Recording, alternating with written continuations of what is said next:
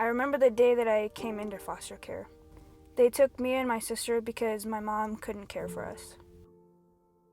If the system worked the way it was supposed to, there'd be no need for CASA, but it doesn't.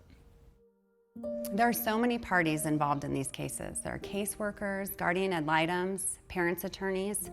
If someone isn't there advocating for these children, they would become lost, paralyzed, overwhelmed in a system that's supposed to protect them. A CASA advocate is a volunteer for children in foster care.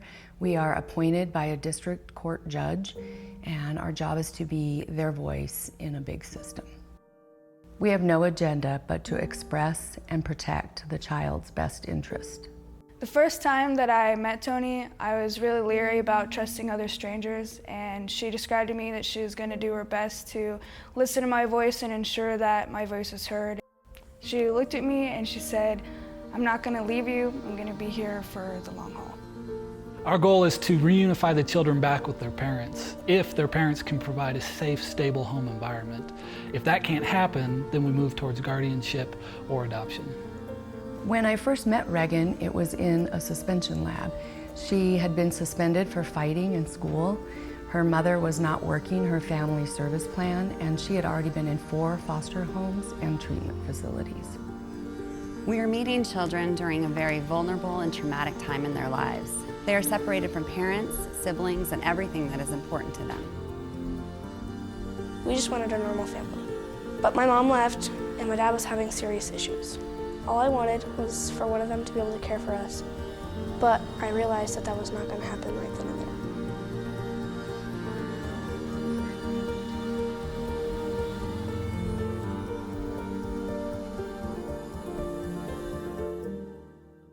When you volunteer for a position like this, you have a strong desire to try to jump in and fix things. CASA warns you to take it slow and just listen to them.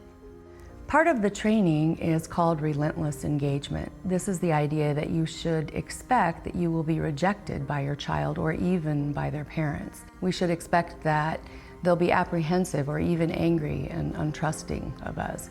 But we just need to keep showing up, and slowly but surely they'll begin to open up to us and trust us. At first, I didn't know what to think of my case or my CASA. She wasn't getting paid or anything. She just cared about me and my sister. As the case went on, it was easier to talk to her. Even now that the case is over, I still talk to her sometimes. After a couple times of meeting with Tony, I started believing that she's going to hear me and listen to what I wanted and what I needed.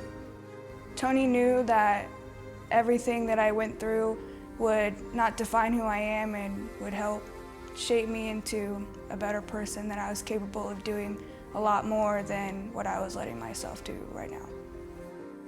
For Izzy, she had to take her time to realize I was there to accept her and be there for her and her needs. She had to realize I was going to listen to her and convey her wishes. That became more and more important through the ups and downs of the case.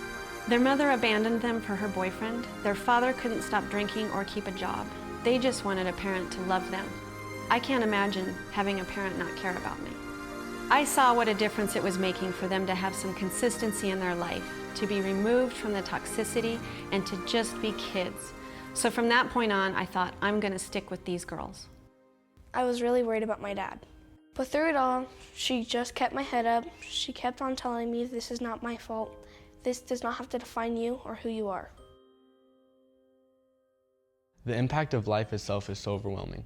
So when you don't have anyone in your corner or on your side, that weight just gets heavier and heavier, more and more.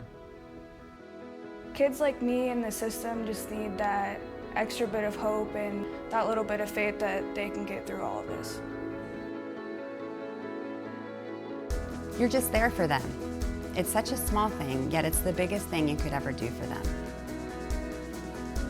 At the end of the day, this is what we want. Somebody stick by us and never give up on us.